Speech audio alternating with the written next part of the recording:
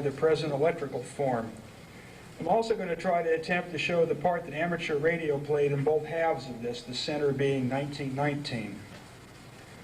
The first attempt to overcome distance by electrical means started in the 18th century with Leyden jars and long stretches of chain or wet string, Benjamin Franklin being one of these people. When Volta discovered the electrical pile and was capable of producing direct current, that opened the way for the experiments of Faraday and Henry in developing the electromagnetic telegraph. This development inspired the search for a wireless telegraph. With the advent of the Edison and Tesla power systems, the implement for wireless furthered. The declaration of Maxwell that electricity and light were analogous laid the groundwork, and Tesla's development of alternating oscillating current devices naturally led to the electric wireless. Tesla was more interested in wireless power than wireless telegraph, that is, the wireless transmission of electricity. This led to far different results from those of Hertz and Marconi. Amateur radio played a part in the experimental development, but was shut down in the massive global readjustment program following 1913. Free communications was not in the plan. Marconi stations such as KPH in Bolinas, California were seized, and RCA took over and eliminated the Marconi system, fashioned on Tesla's ideas. Following RCA's formation, amateur radio was restored and given the worthless frequencies above 1,500 kilocycles. Hams found that these frequencies allowed for very long distance but intermittent transmission by Hertzian means. RCA grabbed onto these frequencies and established electromagnetic radio. The Tesla-Marconi system was forever abandoned. The present amateur radio has abandoned all experimentation and has embraced the corporate instituted technologies of the New Babylon. Although amateur radio has the potential for the development of the Tesla non-electromagnetic radio system, the lure of the 2-meter yak-yak renders this development unlikely. In all likelihood, Tesla's important developments are lost forever. But let's see what's going on here. We track the history of, see if we can get this to spin, history of wireless communications. It started with a person by the name of Matthew Loomis. What Loomis did is he chose 2 mountaintops 6 miles apart and flew 2 kites up into the atmosphere, roughly about 1,000 feet up. As you can see in the diagram, he hooked the telegraph key to one and a sensitive galvanometer to the other. And sure enough, when the key was hit on the other end, the galvanometer moved on the other end, and Morse code transmission was possible. You also notice that there's no battery, no Southern California Edison, no Pacific Gas and Electric. Edison tried to develop a form of wireless where trains with long wires stretched along them could communicate to the telegraph wires along the tracks, this being a magnetic system and very ineffective. Basically, these could be called single energy forms of transmission, and this one uses pure electrostatic, and this one uses pure magnetic. It's interesting to note that the electrostatic worked and the magnetic didn't. Then we move on to the double energy wireless, where the real progress was made. Hertz in 1880 found that he could transmit VHF and UHF signals by discharging a capacitor into a loop, a half-wave loop, and a half-wave loop at the other end would produce a spark. But this didn't work over a very great distance. Tesla found by taking 2 resonant coils and exciting one with alternating current would produce the appearance of electrical power at the other end. This worked at very far distances, and no RF amplifiers were required. It wouldn't light up a light bulb at the other end. As wireless progressed, Tesla established the system where he could transmit longitudinally through the Earth electrical power at a velocity of 291,000 miles per second. Also, he developed a beam tube. What was that speed? 291,000 miles per second, pi over 2 times the velocity of light. 186,000 miles per second is C. I think you're exceeding C. Maybe kilometers? No, it's pi over 2 times the velocity of light. He is exceeding C. He'll go on and explain. Okay.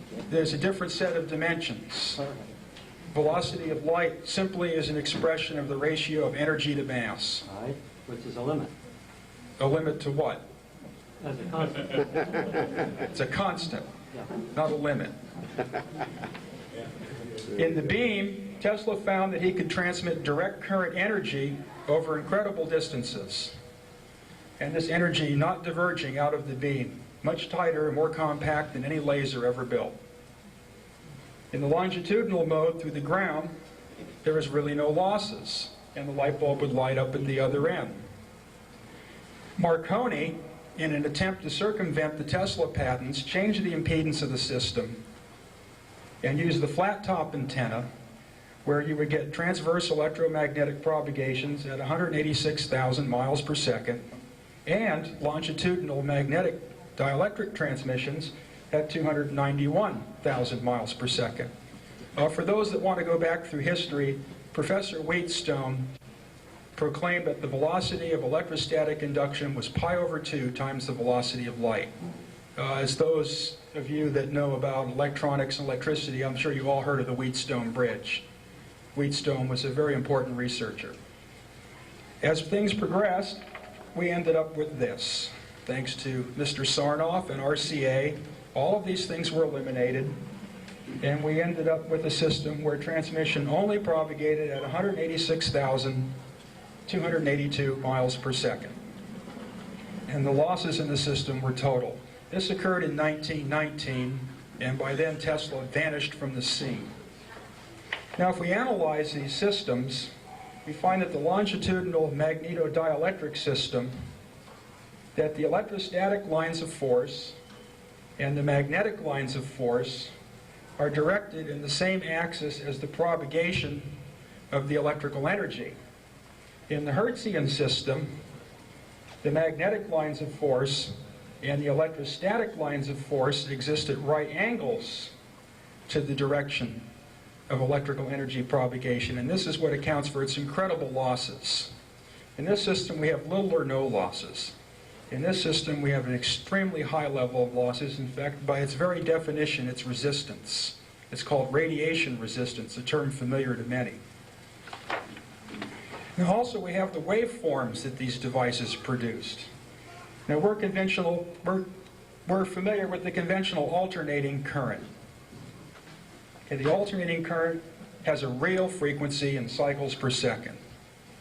And it constantly cycles in a circular fashion back and forth. And then, of course, we know about the continuous current, or the direct current, which has no cycles per second. This would be called a scalar frequency. Scalar, by definition, is a quantity that does not vary in your system of variation, of either time or space or whatever variation you're talking about. Example would be like atmospheric pressure. Atmospheric pressure is the same everywhere in this room. And that's a scalar function. But if we take the function of the height of people in the room, obviously that's a spatial function. I can see all these waves moving around. So we have a scalar function, and then we have a regular function of variation in this dimension of space within this room. Now we have the waveforms that have become forgotten since the days of spark gap and wireless. One is the impulse wave, which is measured in decibels per second and has an exponential waveform. Where this waveform is expressed in sines and cosines, this waveform is expressed in hyperbolic sines and hyperbolic cosines, and never truly dampens out, but always approaches zero asymptotically. And then we have the oscillating current waveform, and this was the one utilized by Tesla. This waveform is expressed in cycle decibels per second. Now, in Tesla's time, he had a concept which he called individualization, where he would attune his resonant devices to respond not only to the cycles per second, but to the decibels per second, and produce a second order of tuning, where the waveforms would become much more individualized. Carrying this concept on further, if we take the resonant action of a simple LC circuit, it produces a sinusoidal function. But if we take the resonant action of a quarter wave transmission line, shorted at one end and open at the other, not only will it resonate at the fundamental frequency, but it will resonate at the third harmonic, fifth, and ninth, and ad infinitum all the way out. And it will produce this waveform. So we can see where we're in conventional tuning, we're using the sine wave. In the transmission line tuning, we end up with rectangular waves. Now if we take the resonance of a coil instead of a linear transmission line, which is shorted at one end to ground and open at the other end, the harmonics are in phase and we end up with impulses. Now we find with the sine wave, the amplitude is the square root of 2 higher than what we would have, rather than 1, it would be square root of 2 higher because of the peak to average ratio. With the rectangular wave, it would be 1. With the impulses, it's infinity. Now what I attempted to show here is that in a measurable quantity of time, like on an oscilloscope, I used the black to show what we would see on the screen. Now if we look at a square wave on the oscilloscope, we know that this transition is not visible because the amount of time occupied is infinitesimal. Now with the impulse waveform, the pulses are of infinitesimal width. What I'm trying to show with the shading here is the integration that shows that the energy contained in the wave is the area underneath it. There is no area on this. The amplitudes are infinite. And these are the waveforms that Tesla were working with. And these waveforms would tend to punch through where the continuous waveforms wouldn't make it. Now I have a working model here. I can carry all this over and not get electrocuted. I don't think it's going to work, so I'm going to speak louder. I'm going to have to circumvent. Take that mic. This is working real well. Not that one, the other one. Yeah, I don't like being grounded by playing with 600 Yeah, volts. good idea. Okay, I have a model of the Tesla transmission system, and I'm going to go over this. Take the big mic. That's what I'm saying. Take the one off the stand there if it'll come Okay. off. Just set it down anywhere. Don't worry about It's it. called the one-handed electrician syndrome. Go ahead, take that off. There you go. Okay, what we have here is a number of demonstrations. This is a model of the Tesla transmission system, and the diagram up there shows basically what's happening. Here we have the conventional direct current power supply, and we have a small radio transmitter here, 400 kilocycles, the industrial, scientific, and medical band. Everything is conventional at this point. Here's our antenna, but it doesn't radiate any electromagnetic waves. Now this antenna, as you can see by the RF ammeter, is transmitting roughly 10 milliamperes of displacement current into the earth. And this signal can be picked up at great distances through similar devices by transmitting through the ground. There's no electromagnetic radiation from this device at all. There's a very intense electrostatic field, however. This thing is hot. Now the light bulb is the Tesla beam tube that transmits direct current through space. It's hard to demonstrate, but if I had a small electroscope, you would find that direct current is being transmitted from that filament because it's a hot cathode and transmitted radially out through space. And as I tune this device, if the filament is loose, you can actually see the filament expand and try to fill out in the space. There's an actual repulsive field around this device. Now, if we eliminate the light bulb, we eliminate the losses. And then we go to the simple ground transmission mode.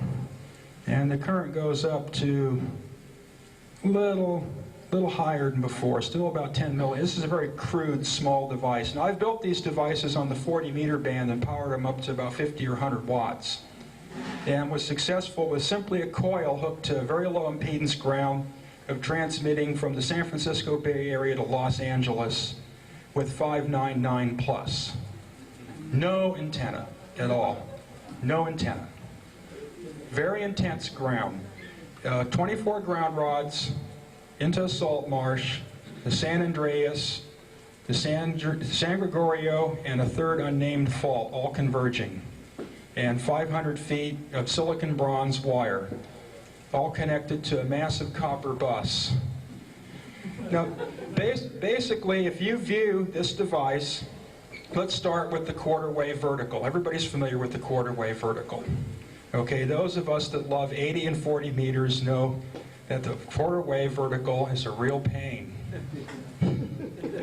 So what do? We wind a coil. Right. So we wind the coil, and then the antenna shrinks. But then we want to get rid of the antenna, so we wind more coil. But what does the coil do? The coil has capacitance. And then we keep on shrinking the antenna, and then the coil builds up more capacitance, until finally the coil becomes its own quarter wave resonant circuit. But its radiation resistance is 0. So our ground impedance must be 0.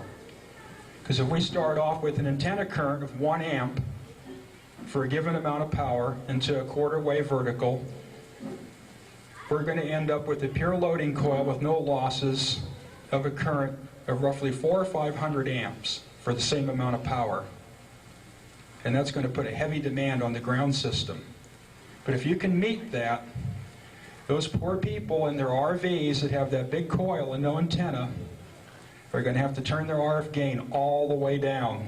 And they're still going to be asking what you're doing, because they're going to hear every little squeak that your transmitter makes in between. Every bit of power supply hum, every bit of back wave, and they're going to keep on saying QRP. And it works. I've tested it. It does work. Now, I've developed various analogs of this. I have 2 analog computers here that simulate these type of waves. I'll move to my diagram here.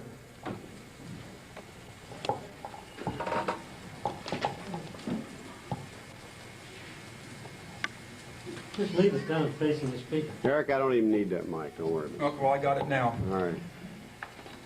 Okay, these are the various transmission paths we find on a resonant coil.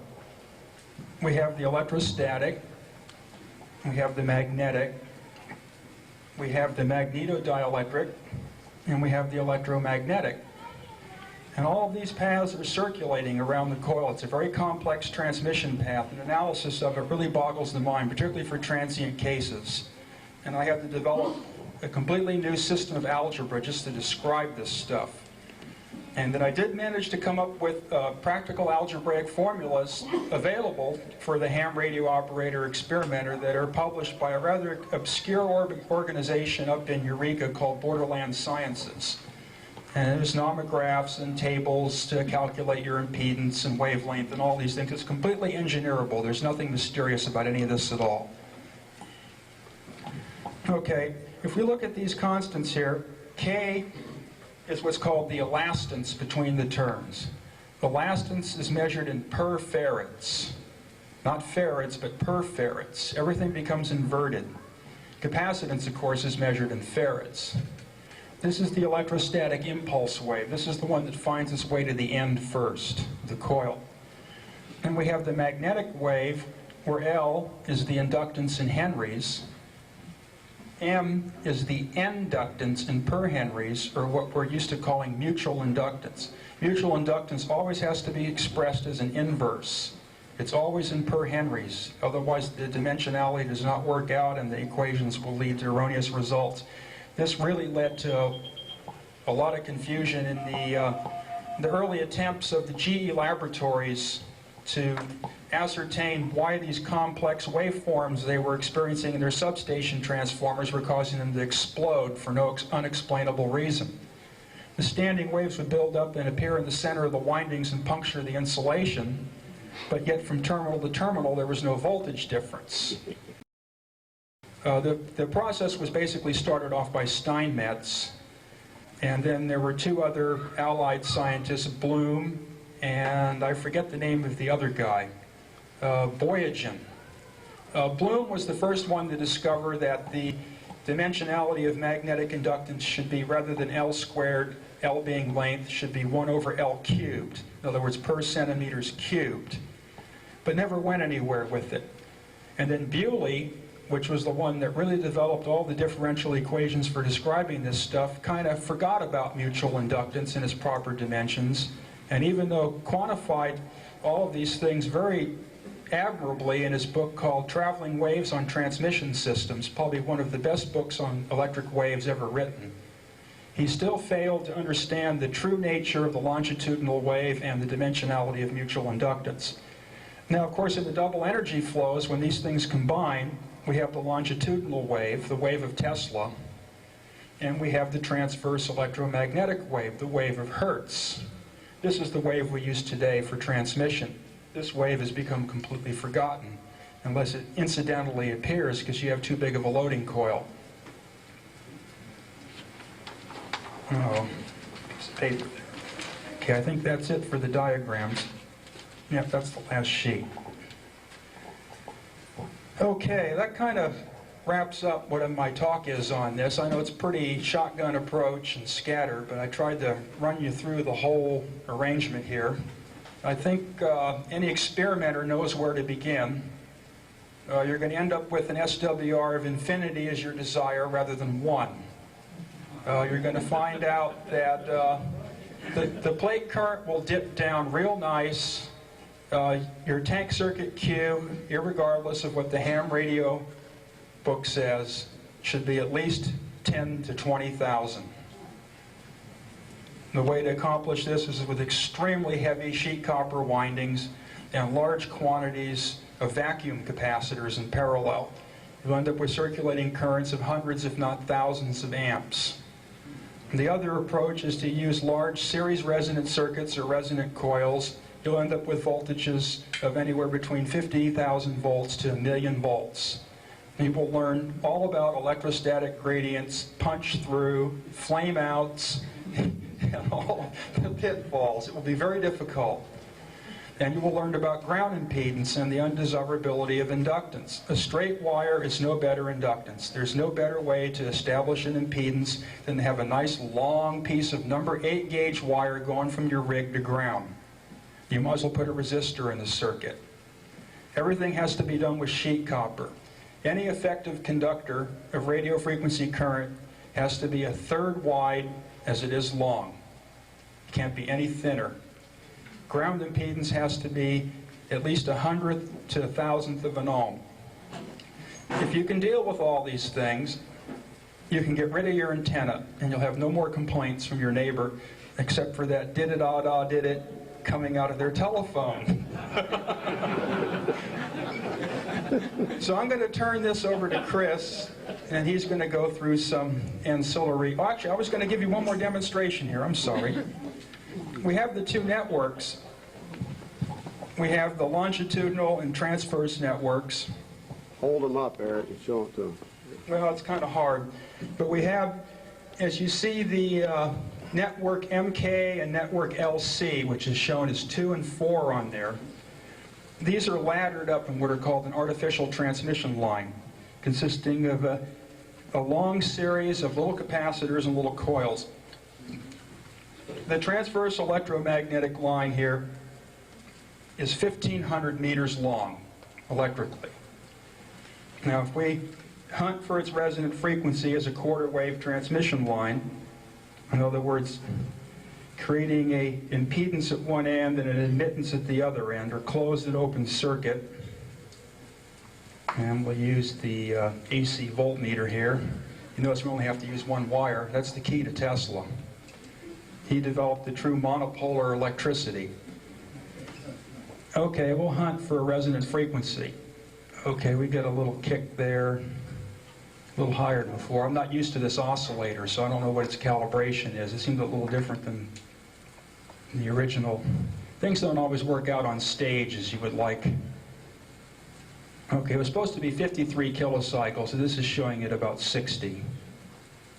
Okay, that is network number 4 up there, where all of the inductances are in series and all of the capacitances are in parallel. This is the transverse electromagnetic wave. By the way, the characteristic impedance of these artificial lines is 2,000 ohms. If we terminated the end in 2,000 ohms, of course, we would have SWR of 1 and no resonance. But I chose to leave them open and close at the other end so we'd have the resonance and be able to see the resonant frequencies. Okay, now on the longitudinal, We hunt for the resonant frequency.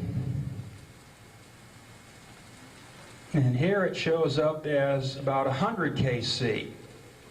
So we can see that in the longitudinal, the wave is propagating much faster than it is in the transverse. This oscillator is off frequency. It worked out that this one was 52 and this one was 83. And it worked out to be approximately that the ratio of the longitudinal transmission to the transverse transmission was exactly as Tesla stated, pi/2. Now in the longitudinal, okay, we're used to dealing with transverse in a quantity which we call 1/c². Somebody just brought up that recently. The c being a basic ratio between the magnetic units and the electrostatic units of the electrical constants. And it gives us basically a propagation through space as a length over a certain period of time. In the longitudinal, we're not propagating through space. We're propagating through counter space. Counter space is a situation where rather than expressing the length in meters, we have to express it in per meters.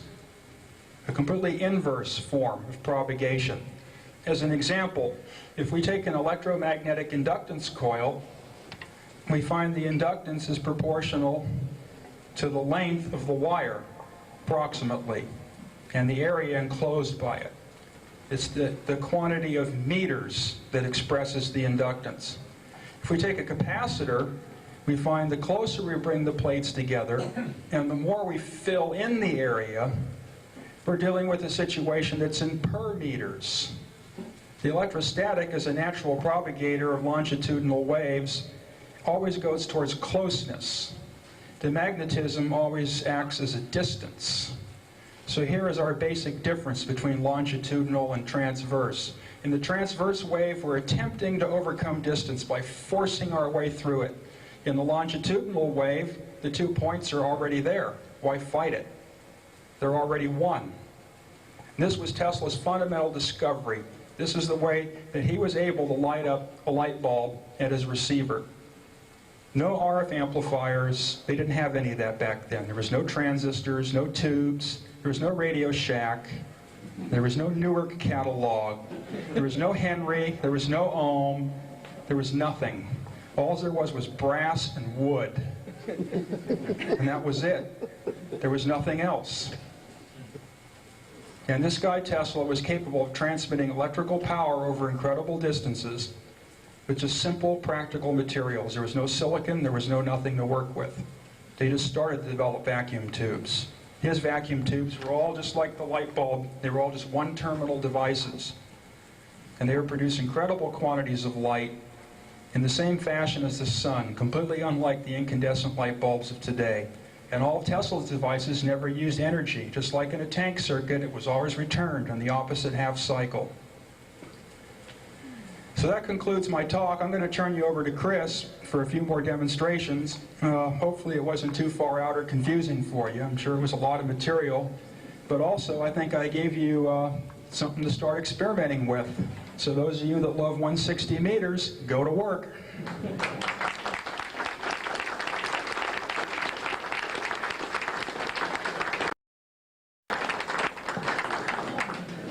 Coming second to Eric Dollard is very difficult, I assure you, because he can go on like this for probably about 5 hours, and we'll have you convinced at the end of the 5th hour. But I'd like to demonstrate something for you people that are not familiar with a longitudinal wave. I'm going to let Eric hold one in. Let's start off with the transverse wave. Now, as we hold this hose here, Sideways flow.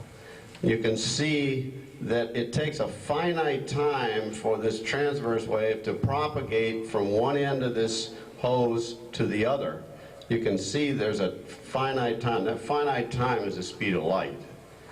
And that is what we're considering our limit in the electromagnetic world in classical theory. Okay, now Eric and I are going to demonstrate the longitudinal wave, the one that travels infinitely faster than the speed of light and has no losses.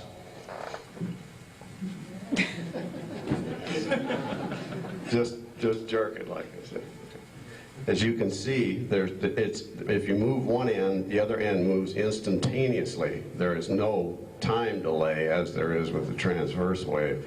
And it's very important to pay attention to that because that's the one we completely ignore. That is the pressure wave essentially through the ether, as it was. One way to describe it. But you should remember that little demonstration because we spend all our time looking at just one of two waves. The transverse wave is unfortunately the one with the losses. The longitudinal wave is the one with no losses that we don't even acknowledge exists. And that's also the one, I might add, how our minds transmit between each other. And that's the one that cells use to communicate with each other. It's the one that nerves use to communicate with each other. I have a more interesting chart. I'll use Eric's chart here. As you can see, if you were to stack these cells up here side by side of number 2 here, this is the transmission line with the capacitors in series and the coils in shunt. If you put another one here and another one and another one, what you find is you have 4 capacitors in a little cell-like structure. You have 4 capacitors, a coil shunt, 4 capacitors, a coil shunt, 4 capacitors, a coil shunt. It's my theory that the capacitors are the cell membrane of the cells next to each other, and the coil is probably DNA, would be my guess. And it is a guess, of course, but I've done I have a feeling that's how the nerve fibers work, and also probably how life itself develops energy from the ether and scalar fields. Of course, the concept of the ether was banned, when was it there? 19... Einstein. Yeah, Einstein, yeah, basically. Einstein knew how it all worked, but he did not, was not allowed, shall we say, to divulge it. All right, I have a little lecture on 2 devices that I've found quite interesting, seeing as how nobody really understands how these things work. Everybody thinks they know how a transformer works. We're going to go over that one. And we're also going to go over this interesting device here, which I've been passing around for the last 15 minutes, ball bearing motor. Now, you can win a lot of bar bets with this one, and a lot of people would lose it, hands down. But all we do here is we take 2 ball bearings of any kind you want, connect them in this kind of fashion with an ammeter, connect to the outer race of each ball bearing, use a conductive shaft of some kind, makes no difference. I use brass, you can use steel, you can use anything you want, and get a 4 to 6 volt battery and just connect them to this thing, and you'd never think it would run, but it does.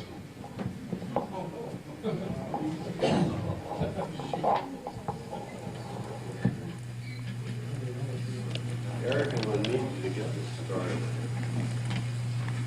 You have to give it a... 0 starting torque. You have to give it a spin. Stand out of the way of the thing. You have to give it a spin because its starting torque is very low.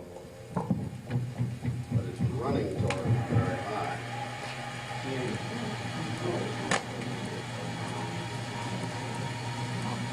Very interesting device. It'll run both directions, one polarity.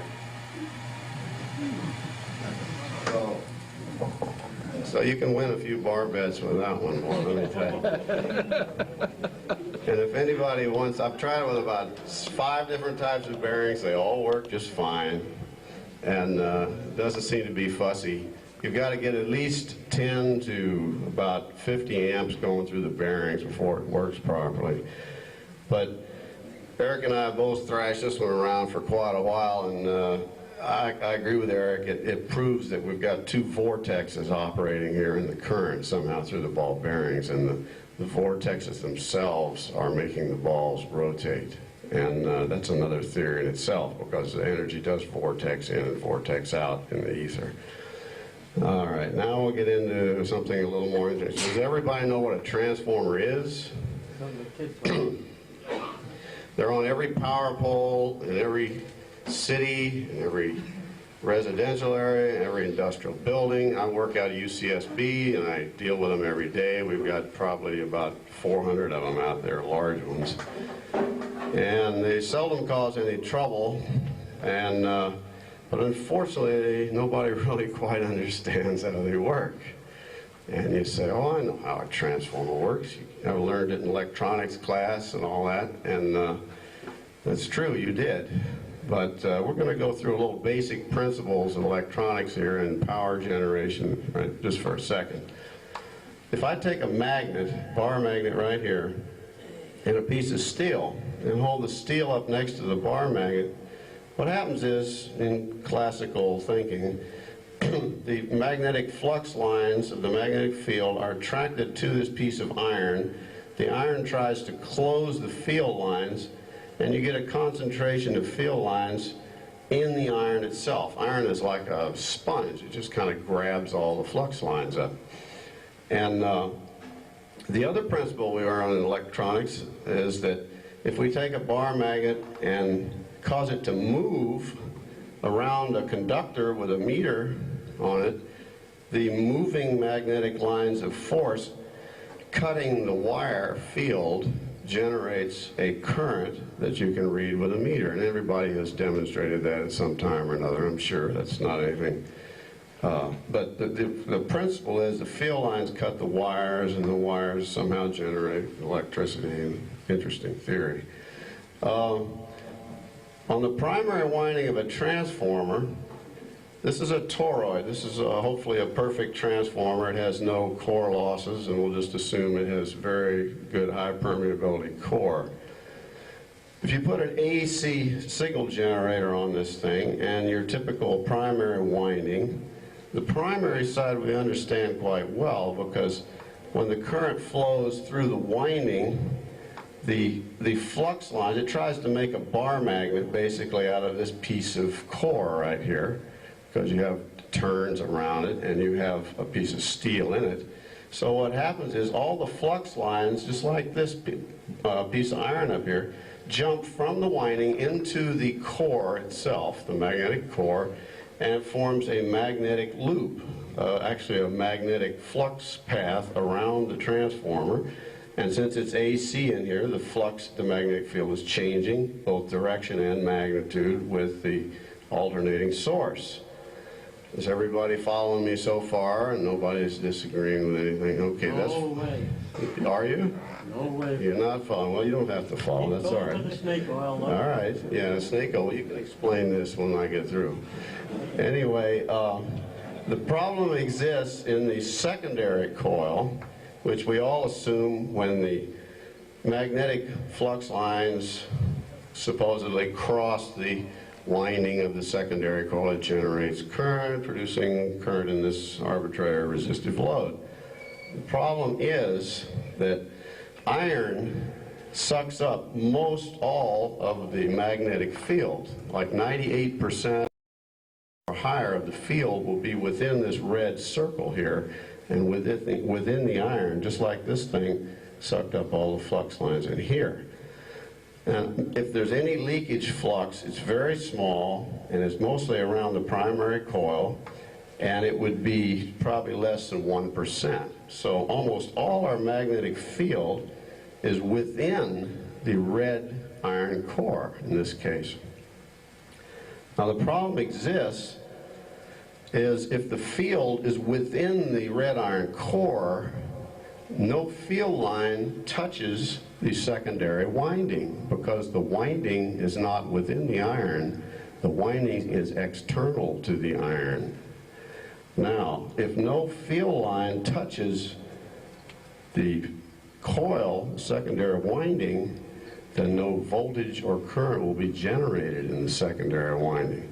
Now, albeit physics has devised a bunch of cute little things that supposedly make this work. However, there is no flux line touches the secondary winding.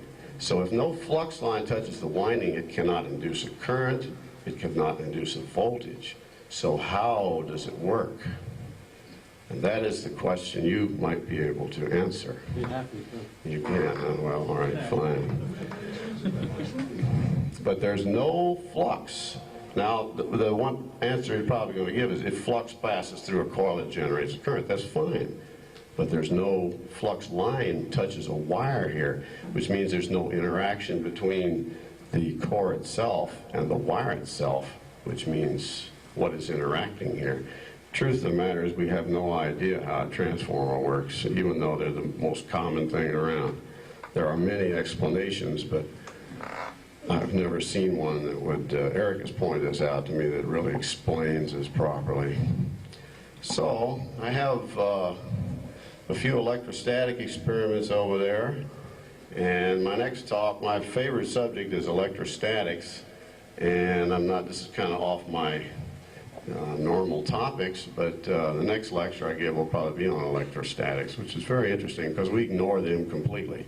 We're all in tune with magnetic stuff and magnets and coils and wire, but nobody ever looks at the electrostatic force, which is where all the action is, and that's where the longitudinal wave interacts.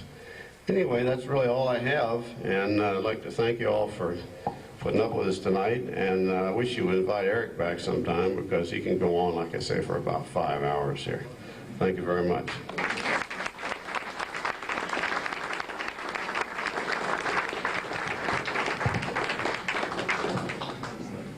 Everybody's going to answer questions. Yeah. Yeah. Okay. The wheel going around, can you talk about I will, I'll go. These are not really Tesla experiments. These are, Mr. Wimshurst invented this machine. This is what I call a dielectric induction machine. And I picked up that wording from Eric because the explanation of how this thing works is also not especially clear. The discs do not touch. The discs do not touch. There is 2 grounding electrodes on each side, and they're counter-rotating discs. And yet, as you can see, they generate quite nicely. The generation portion we really don't understand too well, although there's a lot of explanations for this thing, but none of which I'm satisfied with. Then the other side of it is an electrostatic motor, which I don't know if any of you all have seen one of these things, but I have a 3-foot diameter electrostatic machine. It works this thing a lot better than the little one here. But we just had so much stuff tonight, and we had an hour, so I decided we're just going to do this one. But these machines are interesting. They use no magnets. They have brushes. They seem to work best with glass epoxy, of all things. Seems to be the best thing that works. What you're doing is, how to let Eric explain the thing actually, but the glass epoxy of the rotating dielectric is a thing where the field lines of the ether essentially are attaching to pieces of that dielectric. And when they counter-rotate spin, one of them generates, one half the thing generates, the other half generates the opposite charge. It's, I could get into a lengthy discussion of how the thing works, but it's not really, I don't think it's correct. So, but they do perform quite admirably. Everybody thinks Mars or the sun. A lot of confusion resulted. It's found that the sun transmits no transverse electromagnetic energy whatsoever. The only thing you can see in space is reflected when the longitudinal fields strike a surface and turn into the scattering transverse electromagnetic waves. So what they did in favor for the astronauts is put in the special diffraction gratings on the windows so they could be convinced that they were really somewhere and not nowhere. And again, the practicality is for the 160 meter and 80 meter people, this is really the only way to go. And you'll find with these type of systems is they really don't use any energy. Your plate current would be practically nothing, for those of you that know what tubes are, or even know how radio works anymore. I know that's starting to get forgotten. I know there's only a few WAs and WBs around here, and there's one N6, probably can transmit 35, 40 words a minute. Any other? Yeah. Is there any practical application of this actually in use in the world today? I think it's all pretty much lost and gone. After 1919 and the closure and seizure of all the Marconi stations, that was pretty much the end of it. And Tesla clammed up and became a total recluse, and all of his funding was cut off. Not so. Who continued his funding? We have somebody here that knows what Tesla did after 1919. I'm curious. I'll bring the book here. There's like court cases. Oh, there was always court cases. And this is quite lengthy explanations. Tesla was involved in a court case where he was fighting for the survival of his Wardenclyffe Tower. And the, what would you say, the depositions or whatever, I don't know the legal terms of that court case, were recently published by a person by the name of Leland Anderson, which apparently is a competent electrical engineer. And when you read through this, you see Tesla saying over and over and over again that his radio was non-electromagnetic. Repeatedly, but it all fell on deaf ears. Once physicists grabbed a hold of electricity, all knowledge of it ceased. Electrons have nothing to do with the flow of electricity. Electrons are the rate at which electricity is destroyed. Electrons are the resistance. The waveform of electron flow is the same waveform produced when you slam on the brakes and you hear that horrible screeching sound. It's not a nice harmonic sine wave. It's a very bitter, horrible sound of energy dissipation and material flying everywhere. Electricity flows in the space between the wires. This has always been known by electrical engineers. For example, you short out a major electrical circuit, you will see the cables violently repel each other as the electromagnetic force tries to escape from the boundaries in which they're contained between the so-called bounding conductors. But most people are not electrical engineers and don't deal with the situation. I have to deal with it every day. I had a welder run away on me at work a couple of days ago, and every wire and every conduit tried like hell to escape the conduit. The noise was horrible. Everything repelled. Everything rattled. All the lights flashed, and all the computers failed. I love it. Any more questions? Yeah.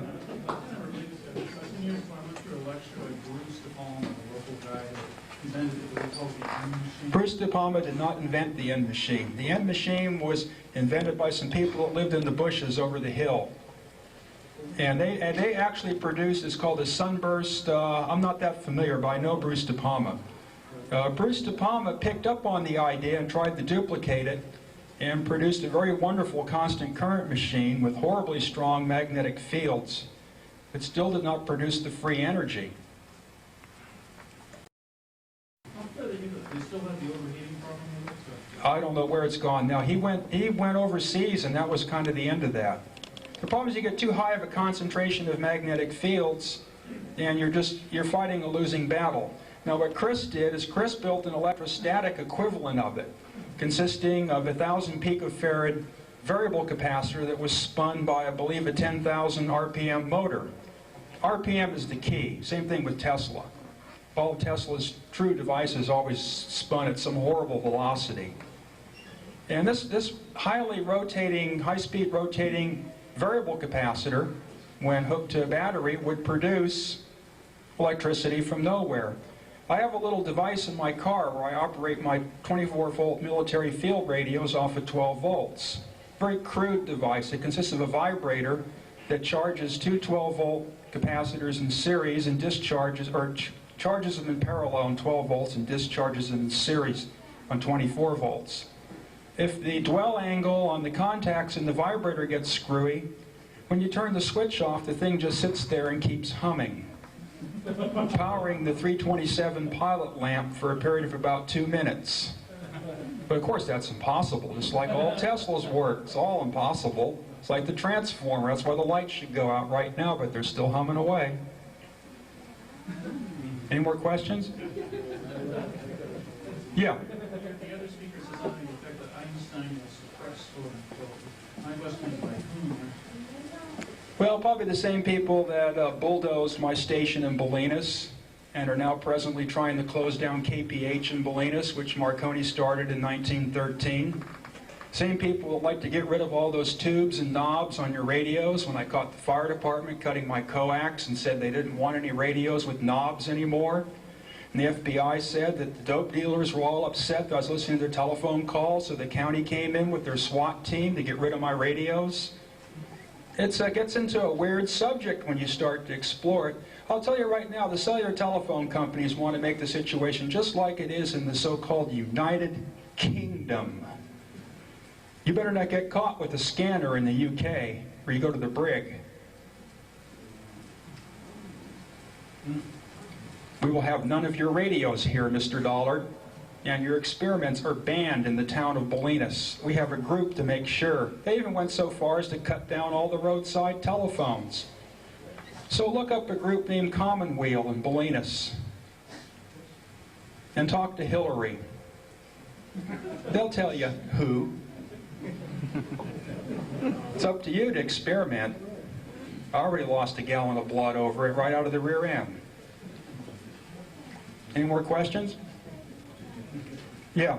Where did you get your ideas for the design stuff and experiments up here? Is there some booklet? You guys Well, it all goes back. You got to go to the library. I can give you some names: Steinmetz, Kennelly, Heaviside, Maxwell, Faraday, Bewley.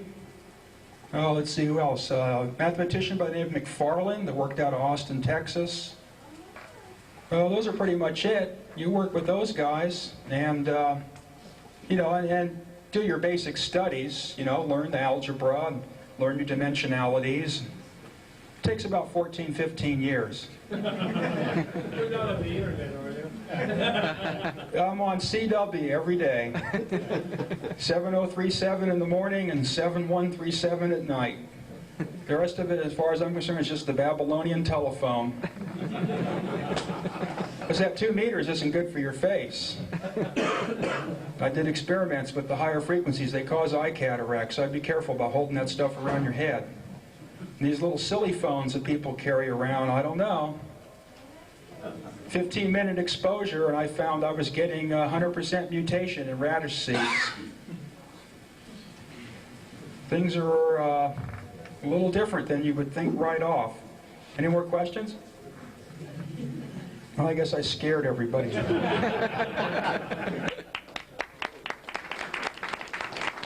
Eric, Chris, I'd really like to say thank you for a most informative evening. And I don't think anyone's been disappointed in the comment that was made that this will help you to think, I think is the word. We have a lot going on. We have one thing that we do, and we'd like to, we say thank you to our speakers. We have a little speaker's trophy just as a memento, just to say thank you very much. We really appreciate you guys being here.